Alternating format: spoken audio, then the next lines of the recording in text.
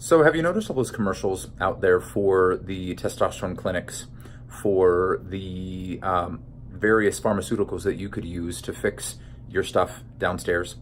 My name is Josh McGurk. I work with a lot of guys in Denver, Colorado as a massage therapist and a yoga therapist who have that kind of stuff. And they were finding that none of the pharmaceutical bits were working for them.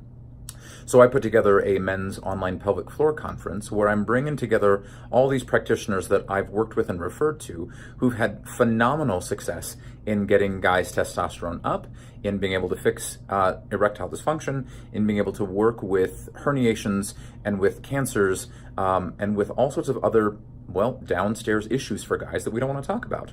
So I filmed a lot of these, and they're going to be available as an online resource through the month of June for you and any people that you know who might be dealing with these kinds of things and who just want to find another way that hasn't worked. It's not necessarily faster, but it's definitely a longer term goal to work with diet, with exercise, with herbal remedies, with psychotherapy treatments, with a number of other bases, and just learning how your body functions. So if that's something that interests you, check it out online. It's jlmtherapeutics.com.